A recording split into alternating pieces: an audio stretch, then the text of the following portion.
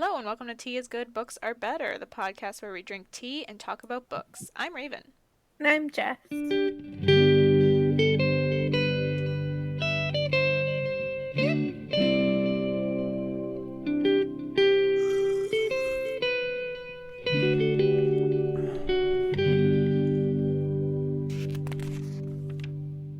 How about we just get into it this time? Cool. So, first of all, what are we drinking today? Drinking a tea called Mission Chill. What is that? A tea from, what is it called? Zydeco Tea Co. Zydeco Tea Co. What? What is that? Zydeco Tea. No. Is that a place? Okay, What so is that? you know the Try Guys on YouTube? Uh-huh. One of them started producing his own tea. Zach? Yeah. Yeah. Okay. It's really good. Oh, that's good. Really good. Was it expensive? Yeah. How much? It gets a little bag. And it was to get it shipped. Oh, it was pricey. It was really expensive. It was like $30. $30 just to get it shipped? No, altogether. Oh. I think the bag itself was like $20. $25 and then taxes. Ugh. Okay, that's not that insane. You're making it sound like it was It seems insane. insane to me. It was a small bag. Okay. But worth it though. I bought more. Oh, damn.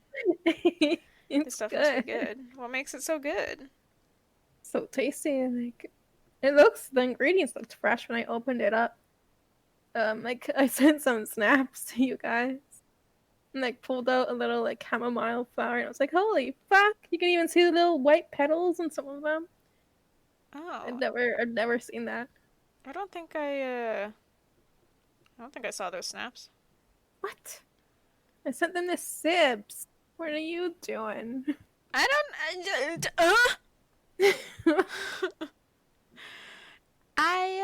do not know. Maybe you did not send it to Sibs.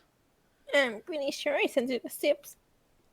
Okay, well, the last thing I saw was that thing with Bonnie. Oh, no, I sent it a while ago. Maybe you forgot. Oh, okay, maybe I forgot. Okay, well, that's nice. I'm still drinking the same thing. David's tea, cream of Earl Grey, because I don't really have anything else right now. Whenever I come over, you guys have loads of fucking tea. What do you mean? Don't you guys have like tons of tea on top of your microwave? Oh, that's like mom's tea. I don't really touch that. Why? A lot of it's like green tea Oh. and there's nothing wrong with it. It's not my type of tea. You Sure. know? Tea's not green tea is meh. Yeah. Oh man, I'll drink it with loads of milk. Really? Yeah. Interesting. I think it tastes better when it's creamed down. I just find it's like super mild, like way too mild. Oh. Even if you steep it for a long time? Yeah. Oh. That's weird. Is it a cheap tea? Green tea is usually strong as fuck. Well, I don't know. Maybe my memory is failing me. It happens a lot, so it's possible. I haven't had green tea in a while. Mm. Yeah, so Me neither. I could just be misremembering. I don't buy that tea. Yeah. Anyway, where did we leave off our character? Seraphina. She meets one of her grotesque okra, named after the vegetable. What's her grotesque's name? It was Miss Fuzzpots. Oh yeah. That was her name for her grotesque. Yes. So her name is Dame Okra. Yes. And she has a tail. That she does. And now she suspects that all of her grotesques are half dragons like she is. Yeah. Alright, so Chapter 9. As much as Seraphina wants to run off in search of her people, she has a job. She'll go looking for Fruit Bat later, after Treaty Eve. Also, Fruit Bat doesn't give her any more trouble, because if you remember, he's been, like, wandering around the garden and becoming more aware and making her have visions randomly. Ooh, he's close. Possibly. That was just a theory. Oh. General Comanut, the Dragon Lord leader thing, or whatever he is to arrive during Golden Week, the cluster of holy days celebrated with feasts, acts of charity, entertainment, etc. The treaty is also commemorated at this time. Fina is in charge of filling the programs for Comanut's welcoming concert and the entertainments for Treaty Eve. She's been trying to fill all the time slots, but has been having a tough time. She doesn't have enough auditions lined up. She's getting plenty of petitions, including the troupe of Pygagiria dancers, the ones from the first chapter with the funeral, if you recall. I do. But she has no intention of auditioning them. I get the sense that their dancing is too provocative for Goretti culture, or something of that sense. Are they squares? Yeah, dude, they're like the super religious, like, yeah. Every time Fina throws out their petition, another one seems to appear on top of her stack the next day. 3 days before Comanut's arrival, Fina has a day off. She heads to St. Willibald's Market, which is busy. An apple seller recognizes her at one point and asks her to play a tune. Farther on, she comes across... Whoa, bless you. Farther on, she comes across Broadwick Bros clothiers. Clothier. How do you say that? Can you spell it out? Clothiers. Clothirs. What? No. Clothiers. IE. Let's see. Clothiers? Oh, maybe. Clothiers? Clothier. Clothiers. It's clothier. Oh. Clothiers. Got it. She comes across Broadwick Brothers, clothiers, and Thomas Broadwick is there. I believe this is the guy who threatened her after the incident with the quig. Clothier, by the way. Did you answer that already? Answer what? What's a clothier? Oh, I think it's someone who sells clothes. Oh, okay. Like a person or a company that Continue. sells clothes or cloth. Okay. Yeah. So yeah, Thomas Broadwick is there, the guy who threatened her after the incident with the quig. He catches her eye and she just runs. He follows her through the market and she can't seem to lose him, no matter how hard she tries.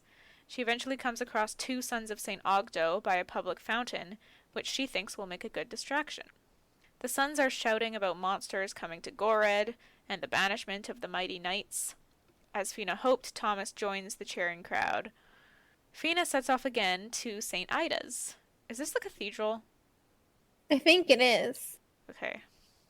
She hurries to Orma's office, where he sits on a stack of books, a habit of his that amuses Fina and is related to the now illegal act of hoarding. Oh. It's funny, he's just sitting on some books. That's pretty cute. Yeah. Hoarding books. She tells him about getting chased through the market, and the reason being that she was kind to a quig, and she vents about how she hides every reason for people to hate her on a daily basis, but it turns out they don't need legitimate reasons, etc. However, Orma doesn't seem to be listening. He looks upset, which is super strange for a dragon, and Fina asks if he's ill, which I kind of liked, because, like, rather than asking him if he's upset or what he's upset about, because he probably wouldn't respond well to that, because he's not supposed to have feelings, if that makes sense. Yeah. Orma takes off his earrings, which suggests to Seraphina that he doesn't want the board of censors hearing what he's about to tell her. He then hands her the thing the beggar had given him after Prince Rufus's funeral. It's an antique gold coin. Orma tells Fina the child was a random messenger, delivering a coin from his father. It's a coin from his hoard. Orma's father resisted giving up his hoard for years after it became illegal, which the Ardmagar let pass. I think the Ardmagar is General Comanut. Mm, I think it's like a not different sure. title for him. Huh. Do you know why hoarding was made illegal? No, it doesn't really say why, does it? So it seems controlling as fuck from humans. Right. Hmm.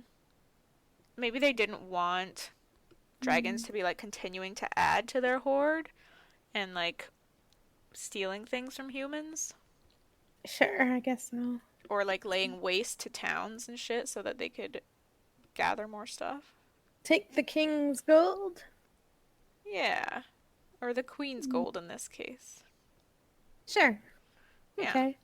Yeah, Orma's father resisted giving up his hoard, which General Comanut let pass for a while, until Fina's mother's disgrace stained us all, according to Orma. Ooh. Orma says when Lynn took up with Claude, those are Fina's parents, Lynn and Claude, and refused to come home, the censors flagged their entire family for mental health scrutiny. So it seems like the censors did know about Lynn's betrayal. Ooh. Weren't we wondering why they didn't know and saying they should have a record of all of the SARS? I think we Really? t- I think we talked about that briefly in a previous episode. Okay. It was okay. I was like, was this an in-depth discussion we had? And I No, don't recall. no, it wasn't in depth for sure. Okay. Um, yeah, but it seems like they knew about it. So my questions are like, why couldn't they do anything about her shacking up with a human? Like arrest her or something? Maybe did they find out about it after she died? Uh, Because I don't think they would have ooh, like let her continue. maybe, Do maybe. you think they think Seraphina died too? I don't think they know about her. But Oh, wait, if but she died in Escar did, right? I don't know. I am oh no, confused. me too. What's going on again? Yeah, but when I read this, it's been a long time since we read this chapter. It's been like a month. Whoa, has it? Maybe not. I That'd don't be know. I can't shocking. fucking do the math right now. We only recording once a month now. um, no. Just ignore Seriously? me, okay? Okay. Okay. Yeah. So it kind of sounds like they just when I read this, it kind of sounded like they just disowned her, Hmm. which I mean could be a logical move if you don't want to or can't cause a big fuss for some reason. Okay. But anyway, Orma goes on to remind Fina that his father was a prominent general who didn't always agree with Ardmagar Comanut. So yeah, same guy. Okay. And suddenly he was being watched, and they no longer turned a blind eye to his hoard or his occasional resistance. His hoard was absorbed into the High Kerr's treasury. I don't know what a High Kerr is. Hi, her. Yes. Think it's a top dragon or a top human? Maybe it's like a dragon treasurer. Okay. I don't know. But it's not surprising to Orma that his father hid some of his hoard away before they could take it. Mm. His father fled before his trial and Comanut banished him, but he's still wanted. Is that how that works? You banish someone, but you can still want them for their crimes? That seems kind of dumb. Yeah, like what's the point of banishing them then? Yeah. If they come back there, then they're wanted? No, that makes sense. I don't get it. Me neither. Maybe it's my small brain, but Hey, I'm confused. Hey, what? I don't have a small brain. Oh, okay. Me. Well, so I know it's not my small brain then. So the coin signifies to Orma that his father is in Gored. It used to be his signal to Orma when he was a child, telling him to behave in school. It means don't shame us or remember your family. So in this context, Orma thinks he's telling him to stay out of his way. Orma believes that Imlan, his father, was at the funeral and suspects Orma may have noticed him, although Orma didn't. Well then, secret dragon papa. That's her grandpa. Yes, Orma's papa. Fina realizes then that Imlan must be plotting against the Ardmagar, and she thinks Orma should tell Prince Lucian and the guard.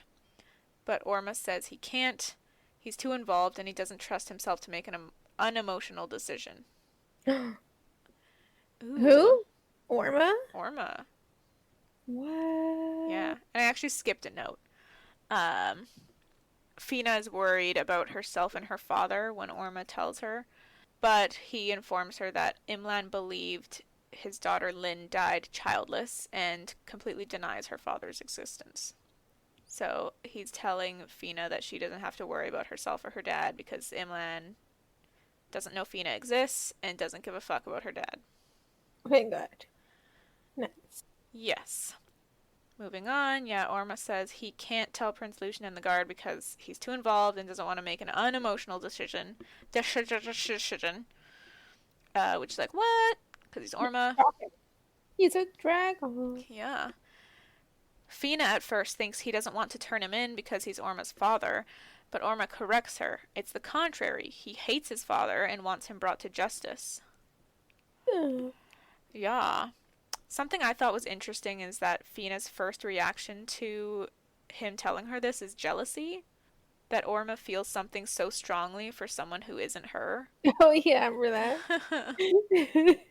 Like, even though it's hate, and she's like, I don't want him to hate me, but just the fact that he can. Feeling something. Yeah, he can feel something so strong. Yeah, something about that felt like so real and honest to me. Yeah, it looks like I get that. Yeah, like, even though it doesn't logically make sense, it's like, yeah, as a person, I can definitely see you feeling that way. Mm-hmm. She asks how long Orma has felt this way, and he responds by saying Lynn was his teacher. Apparently for dragons, there is no higher word of esteem than teacher. They're more revered than parents, spouses, even the Ardmagar. The Ardmagar? Yeah, he's like the dragon leader. Oh, okay. General Comanut is the Ardmagar. Oh. There's a lot of words. Yeah, I'm so lost all the time. Like, who is this again? Yeah. It'll slowly start falling into place soon, hopefully. We'll see. Orma admits he couldn't denounce his sister when shame fell on their family, and he fought with his father. His father even bit him, leaving a nasty wound on his wing. Ooh. I like that Fina is so shook by this at first. She's like, what the fuck, he bit you? And he's like, yeah, hello, we're dragons. Same. So Orma denounced his sister under duress, and his mother killed herself. Oh. And his father was banished. So in the end, he doesn't know what denouncing his sister was for. Yikes, that is fucking rough. Yeah. He must feel really guilty. Yeah, I mean, that's why he has so much emotions of anger and hate. Towards his father, is it anger or just hate? Well, all he said was hate, but I imagine that there's some anger. Mm. Yeah. I feel like hate comes with a certain degree of anger, probably. True. I agree with that. Denouncing his sister didn't even free him from the censor's scrutiny. They suspected he cared, or actually they currently suspect he cares for Seraphina more than is permitted, which Fina remembers is what Zaid was sent to test. If you remember Zaid, she was the one who hung her off of the tower. Orma gives Fina the coin and tells her to do with it what she thinks is right. She says she'll give it to Prince Lucian Kiggs and asks how to recognize Imlan's Sarantras. Orma says he'd recognize him unless Imlan is in disguise. He'd know him if he smelled him. He then describes his father's Sarantras. It's called a Sar. He then describes his father's Sar, but points out that things like facial hair and hair color are easy to change. Mm-hmm. He would do best blending in as a soldier or concealed at court, but he'd know Orma would expect that, so he'll be somewhere no one is expecting. Ooh. Mm. Orma doesn't want Fina to go looking for Imlan herself. Even if he doesn't know who she is, he'll still kill her if he believes she's trying to stop him doing whatever he's here to do. Fina jokes that better Prince Lucian than her, like to get killed. Oh, what? She jokes. Okay. Because she's like, okay, if I'm not gonna do it, then I guess Prince Lucian's gonna do it, so better him than me, I guess. Like, she's being Okay. jokesy and sarcastic. Okay. But Orma's like, yes, better him than you. Yeah, and suddenly Fina is seized with some emotion. Oh. Yeah, Orma expresses that he cares about her. Aww. Someone knocks on the door and Orma answers. It's Basinde, the new skin from before, slumped against the door, his eyes pointing in 2 different directions. Ew. Ugh. Ew. So you might have been right before about his eyes reeling, meaning that they were spinning. Okay. Ugh. Ugh. That's even worse. Yeah. Ugh. Yeah. So he stumbles inside, and he gives Orma a letter from Eskar, telling Orma that he is required to teach Basinde human behavior so that he can be a passable Tsar. That sounds like an annoying task. Yeah, like, real sorry for you. Yeah. So Orma basically kicks out Fina, telling her to go to St. Gobnate's and check out the new Mega Harmonium as her music lesson homework. And that's the end of chapter 9. Ooh. Yeah. Oh, shit. What are your thoughts on Imlan? Where he is, what he might be doing? Do you think that Orma's right that the coin is from his father? Oh, I didn't even like consider that. I'm like, it's the dad. Oh, He yeah. said so. Well, we know it's definitely a coin from his hoard, but that's really all that we know, right? I think he's definitely in a plot to take down the human. To take down the humans. The humans. Or it'd be like, and also like dragon leaders who make the dumb rules of no more hoarding. Right. I think So like, that's what Fina thinks. She thinks that he is in Gored to mess with the Ardmagar, General Comanut, when he arrives. on the treaty day. Mm-hmm. It sounds like, from the way that Orma describes his father being like rebellious and being rebellious, that he is not a fan of rules, is not a fan of the treaty, etc., etc. So I can definitely see him wanting to mess with the Ardmagar and the treaty itself. Yeah. Any other thoughts about this chapter? If I knew more character names, I'd try to guess. Like, I think it's this guy. Oh, well, do But you I don't have know someone in any mind? of them. Nope, I don't know any of their names. Okay. I don't know anyone. But is it someone specific you I'll have in pick a mind? You name. just don't know their name? No. Oh. Like, if I actually remembered the characters. I don't remember the characters. Other than the main ones, who I think all passed so far. You all passed the test. You guys made it. I trust you for now. Sounds like Among Us. I trust you for now. Okay, chapter 10. Chapter 10. So, Seraphina heads to the cathedral to do her homework, which is to listen to the Mega Harmonium. Yes. As she approaches, she feels the Mega Harmonium before she hears it. What? Before she hears it. And she describes the sound as a solid mass occupying the space in the cathedral. How do you think the descriptions of sound and music compare to that of Cry to Heavens? Shit. It is. Damn. I feel like it was. God. I want to say it was a little bit more poetic the way Anne described it. I see. Let me see if I can find it in here. Oh, here it is. I felt the mega harmonium before I heard it, through the soles of my feet, through the very street, experiencing it not as sound, but as vibration and a peculiar oppressive weight of air. Closer to the cathedral, I understood a sound was present, but would have been hard-pressed to identify it. I stood in the north transept porch, my hand upon a pillar, and I felt the mega harmonium to the center of my bones. I opened the door into the north transept. The music nearly blasted me back out again. The entire cathedral was packed with sound, every cranny, as if sound were some solid mass, leaving no air, no medium to move through. I could not enter until my ears adjusted. Oh, and there's another line, when she remembers how her flute had sounded instead. My paltry flute had made the building ring, but that thin sound had risen like candle smoke. So Yeah. that is this description of music. And you think Anne Rice's description was more poetic?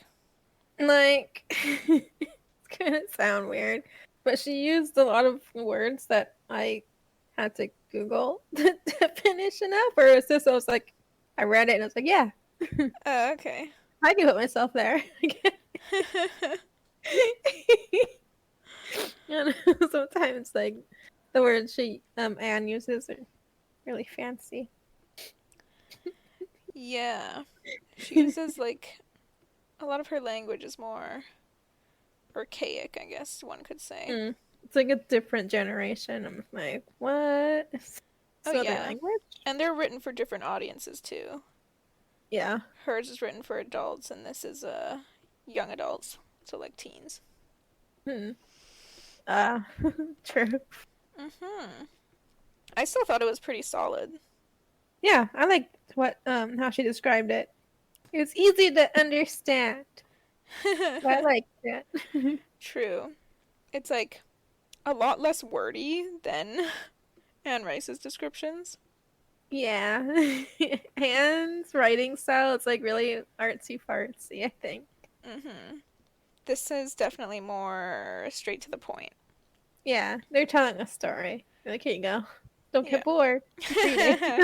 Yeah, that's a very like YA type thing. It's like don't get stuck on one thing too long. You gotta keep going. Yeah. Okay, go on. The Mega Harmonium has 4 keyboards, and a big man is playing them. A big dude. A big guy. A big motherfucking guy. Woo! She figures it must be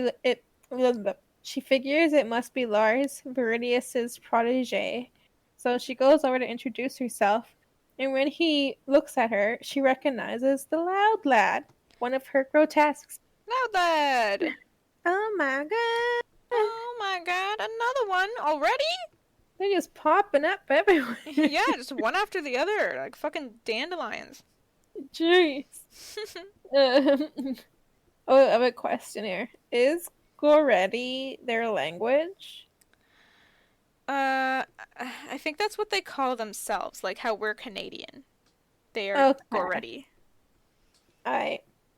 Yes. And she describes him as speaking like his mouth is full of pebbles.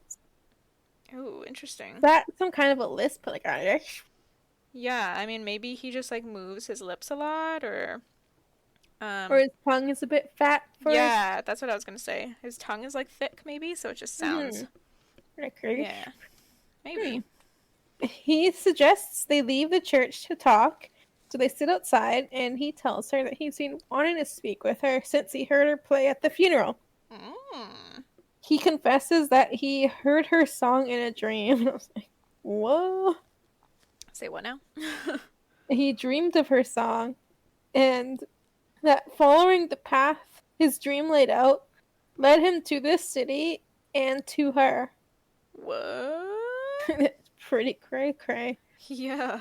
It's destiny now. Uh-oh, shit's getting weird. He says he's a Danite? Is that from another city? Yeah. Is that in like the map you sent me? Maybe, let me see. There is no Danite. I get the feeling that a Danite is a type of slave? Possibly? What? Clave? Slave. Whoa, what? Slave? Yeah, because, like, he says some stuff later on that makes it sound like. Yeah. But we I thought it can. was just racism. Yeah, I don't know. I mean, maybe that's why, because he's a Danite, whatever that is. Hmm. But I don't know what that means. Okay. Yeah. Um, she asks how he calculated the acoustics for the instrument, and he starts drawing equations and explaining excitedly while Seraphina watches him in admiration because he's super passionate Mhm. about his equations in this I wanted to call it machine, but it's an instrument. Yeah. Machine slash instrument. That works. Soon people start crowding around to watch him because he's like, just so passionate and it's going off. Then a rider forces his horse through the crowd to get to Lars, and S recognizes oh shit, and Seraphina recognizes. I write her name as S in my notes. Oh, I see. And Seraphina recognizes Joseph, Earl of Aspig. All right. Whenever I see the name Joseph, for some reason, because of how it's spelled, I want to call it Yosef. Yeah, me too. Cause it's Josef. Yeah, Yeah. it looks like a Yosef. Yeah, that's Jake's middle name. Yosef? Well, it's like spelt like that, but it's Joseph. Oh. So it is pronounced Joseph, even though I want to call it Yosef. I think it depends. I don't know. I was calling Joseph because Okay. he starts shouting obscenities and threats at Lars, Mhm. who just takes it despite being larger. Like Seraphina's like, he's so much bigger, you can just like knock him off, but he's just taking it. Mhm. Um, Seraphina tells Joseph to leave Lars alone, and then he tries to use his horse to like push her away. I think, and Uh, does he? I think so. Okay. And in the process, he knocks Lars into the freezing river Ooh. that they were standing by. Everyone around rushes to pull him out, which brings a tear to her eye, watching people work together to save a stranger. She's easily moved. Yeah, she doesn't experience much kindness. Kind of sad. Yeah, it is kind of sad. When he's pulled out, people give him fresh clothes and they try to take off his soaked ones. And realizing that he may also be a half dragon, she decides that she has to distract everyone. So she starts singing Peaches and Cheese. Peaches and cheese? Yeah. What did you say? It sounded like you said quiches. No, Peaches. I said peaches, did I heard quiches, but maybe it just like I? Peaches and cheese. cut out a little bit. I don't know. While she sings, she watches him undress and she sees a band of scales on his right bicep. And then suddenly she understands Dame Okra's irritation with her and how she seems so upset about her affliction compared to Okra's. Like, it's just such a small little thing. Yeah, so she like looks at Loud Lad and she's like, "Oh, that's all you're dealing with here?" It's a little band, but he's covered it in with jewels, so it kind of looks like an arm band Yeah, like he's just wearing thing, jewelry. like jewelry. Yeah, so it's That's got clever. pretty good disguise. Mhm. When she finishes, Prince Lucian is there and he compliments her performance. The civilians all around start telling the prince what happened, and like this asshole Joseph did this. Oh yeah. um, This motherfucker. and he orders his deputies to find Earl Joseph so that he can get a slap on the wrist, which is what I'm assuming is going to happen.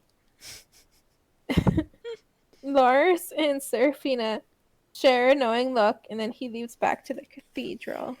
That is that chapter. I see I wrote in my notes that there was a different term actually, serf. Surf. Serf. And that's what I thought meant slave, not Danite. Let me see where it says serf. Oh, okay. Kiggs asks Lars if he provoked the Earl in some way, and Lars said he was raised on his estate, and Prince Lucian's like, that's hardly a provocation. Are you his serf? And then Lars said, I have What? spent more than a year and a day away from his lands. I am legally free. Wait, he used to be Joseph's slave? If that's what a serf means. What? So I don't know exactly. But he did Like, say that he's now legally free. So it yeah, sounds like a read that. serf is like a slave. Yeah. So yeah, he used to be the Earl's Oh, serf, whatever that is. that's crazy. What? Like, but he's like, he used to be the slave of this guy. She hates. It's like all these like webs connecting everyone. Mm, it is interesting. Also, I was thinking maybe my theory about Fruit Bat was wrong, since Mm-hmm. Miss Fusspots and Loud Lad, they didn't become self-aware when they were in Fina's mind, and they were obviously very physically close to her, Mm-hmm. right? Yeah, she hasn't really thought about Loud Lad much Yeah. during those chapters where she talks about them. And my whole theory about Fruit Bat becoming more aware was that he was like getting more physically close. Oh yeah. But if Miss Fusspots and Loud Lad were already super close, you'd think that they would be self-aware in her mind as well. Yeah, But they were true. not. So I think that my theory goes down the drain there. Ooh, Fruit Bat must be special in some way. Yeah, something else must be going on with him. Oh shit. Aw, shit, dude. Okay, last chapter, chapter 11. Chapter 11. So Prince Lucian asks Seraphina to walk and talk with him as he heads back to, I guess, the castle. He thanks her for the party where she suggested to the princess to include the SARS. Like, he's like, that was a good idea. Thanks. Right. He questions her knowledge of dragons and speculates her dragon teacher, Orma. Speculates? Her Yeah, teacher? he's like, I bet it was your teacher who taught you this. Okay. Yeah, I don't think he like gives her much time to answer before he guesses. Okay. She agrees that he has taught her a lot, and he asks who her Saltar saint is, Okay. who I think is it like patron saint? Yeah, I think they're just using a different term. So he's basically asking which saint does she identify with Or the most. which one was she like chosen when she did her weird little baptism ceremony Oh when my she was a god, kid? like a confirmation where you gotta freaking choose a saint? No, it's more like a baptism, I think, at the Okay. beginning. Reminds me of confirmation now because I had to choose a freaking saint. Yeah. I mean, like, it does kind of sound like it's a mix of maybe a baptism and a confirmation. Okay. He guesses Saint Capiti, who is apparently known for the life of the mind, or he's the saint of the life of the mind. Yeah, she's like the saint of. She. Ooh. Yes, it's a she. I assume they're all men. Bruh. We talked about her in like the Saint one of the Capiti? really early chapters. Yeah. Remember when at the beginning when Fina's like a baby and she's at the cathedral in her Oh. father's arms and she like drops the book and it falls open to Saint Gertrudis, who's like the heretic. And so the priest is like, Oh. "Oh my god, why do you still have her in your book?" And then he's like, yeah, the gods must have meant, or Saint the saints must Capiti. have meant Saint Capiti. No, I don't remember any of that because these are weird ass names and they go in one eye, not the other. In one eye? Yeah, I'm like, they can't go in one ear because I'm reading. Oh yeah, I guess that's okay, that's fair. Yeah. So she tells him that's actually Saint Gertrudis. The No, she hair. doesn't tell him that. She doesn't? Or is she just thinking? She just thinks it.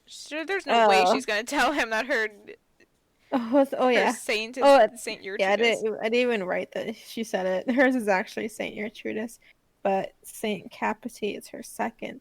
So Mhm. she's like, yeah. Mhm. At some point during this conversation, I never mentioned it. I didn't write it down, but he asks her to call her Kiggs. Call him Kiggs. Yes, yeah, he's a him. Call him Kiggs. Mhm. She feels cold from how observant and smart he is, and she's like, fuck. Like he's He's a really little reading too me. smart, yeah. He's really opening her up like a book and reading it. Mm. He sees her. He continues asking about people in her life and giving blunt opinions about her and whoever she hangs out with, I guess. He asks about her mother and tells her that he's investigated her and her family. Jesus Christ. Fina's Yep. like, what? Whoa. She starts to feel like she's got a crossbow pointed at her. Like she Ooh. feels like he's like figuring shit out. Yeah, that's sketchy as hell. She tells him that she doesn't want to talk about her mother, but he insists. And he's like trying to sympathize with her, like my mother, so and so. I don't remember what Like, his also mom. passed away when I was young, Oh, or okay. something like that. Sorry. His mom died, so he's trying to sympathize. And then he points out how her mother was a talented musician and that how she has that talent clearly. So he asks her what it's like to be so talented. And without thinking, she asks what it's like to be a bastard. Bruh. Bruh. She's got him. That shut him Oh up. my god. It certainly did. Take that, came. Oh my god. She claps a hand to her mouth, and his face goes cold. And he says, "It's like this," while gesturing to the space between them. And then he just leaves. Yeah, because she, like, took a couple steps back, I think. Yeah, apparently, the coldness in his face like felt like a shove to her, and she backed away. Ooh. I really liked how it described how his face, like, turned cold. It said, Mm-hmm. his open expression slammed shut. I was like, ooh, I like Yeah. that. Yeah. That's good. So visceral. Mm-hmm. Like, I can really see that. Easy to understand. At this chapter, I was like, he's really trying to get to know her. And I was kind of like speculating, like, is this gonna be a love interest? Eh? I'm like, isn't he engaged to Princess Griselda? Ooh, drama. Yeah. He was like getting pretty personal with asking her, like, who is your saint? And that sort of stuff. Like, Right. you really know each other. Like, why so interested? Prince But Lucian Kiggs. why are you Yeah. bringing up something like someone's mother first time you're talking? That's so like socially awkward. Don't do that. Who knows what's going on? Maybe he knows something. Ooh. I don't think so. Okay, cool. Well, that's the end of this episode. Any last things to add? Any, like, thoughts or theories that you had at this point? I'm going to guess that Prince Lucian Kiggs is going to be a love interest. Okay. And any To thoughts add about. Seraphina. Yeah. I think Imgan Hmm? Imgran? Imlan? Imlad. Orma's father. He's gonna get involved during Treaty Day. Ooh. You'll probably see who he is. Who do you think he Mm, is? I don't know. Do you think I he's wonder if gonna he's be in the some new castle. guy or someone we know? Oh my gosh, is he the dumb fuck dragon? His name starts with B. Bassind? Yeah. Ah, there There's a theory. It'd be crazy that Ormond can't spell him, but is he the temple? That would be quite the disguise. Yeah, that'd be nuts. Dun, dun, dun. Okay, cool. That's it for this episode. If you want more of the podcast, please follow us on Instagram. You can follow the podcast at Tigbab Podcast, or you can follow us separately. My handle is Crimby, Jess's is just.egan24. You can also find us on Facebook. Just search Tigbab Podcast or Tea is Good, Books Are Better, and we should show up there. Also, please subscribe to our good friend Baram Barami on YouTube. He's the one who made our jingle, which you heard at the start of this episode, and he's a really cool guy and makes dope stuff, so check him out. And you can also join our Patreon, patreon.com/teaisgoodbooksarebetter. We have a few different tea-themed tiers with fun rewards, such as behind-the-scenes content, outtakes, and mini-episodes in which we force our brother to watch Game of Thrones, which he hates. So you will be getting something in return for your contribution, and you'd also be helping us improve the podcast with better equipment, but we also just appreciate you listening. And please don't forget to share the podcast with your family and your friends. It is the best way for us to grow. Let's see, what do we learn next time? Oh, you know what does happen? What? How do I say this without spoiling anything? Fina faces the consequences of what she said to Prince Lucian. There we go. More drama. More drama. All right, come back next time for that. Okay, that's it. Bye. Say bye, Jess. Bye.